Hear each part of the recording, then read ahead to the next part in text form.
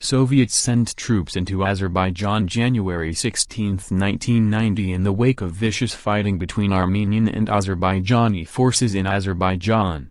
The Soviet government sends in 11,000 troops to quell the conflict. The fighting and the official Soviet reaction to it was an indication of the increasing ineffectiveness of the Central Soviet government in maintaining control in the Soviet republics, and of Soviet leader Mikhail Gorbachev's weakening political power. Strife in Azerbaijan was the result of centuries of tensions between the Islamic Azerbaijanis and the Christian Armenians. Since the Russian Revolution in 1917, the communist regime managed to maintain relative peace between the two groups. But with the gradual weakening of the Soviet Union during the late 1980s, ethnic rivalries began to re-emerge. In its weakened state, the Soviet Union chose to only partially involve itself in the conflict. The approach was unusual had it occurred under the strict communist regime of the Cold War's peak. Such a tense internal conflict would likely have been immediately and forcefully quelled. In the latest outbreak of violence,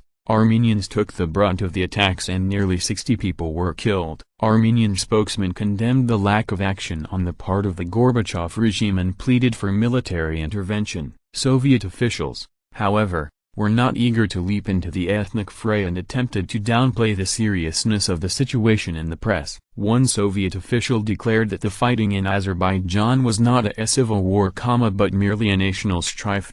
Some Gorbachev supporters even voiced the suspicion that the violence in the region was being stirred up by anti-Gorbachev activists merely to discredit the regime. Gorbachev dispatched 11,000 Soviet troops to quiet the situation, and the United States government supported his action as a humanitarian response to the killings and terror. The troops Gorbachev sent did little to alleviate the situation. Over the next 2 years, ethnic violence in Azerbaijan continued, and the weakening Soviet regime was unable to bring a lasting resolution to the situation. Less than 2 years later, Gorbachev resigned from power and the Soviet Union ceased to exist.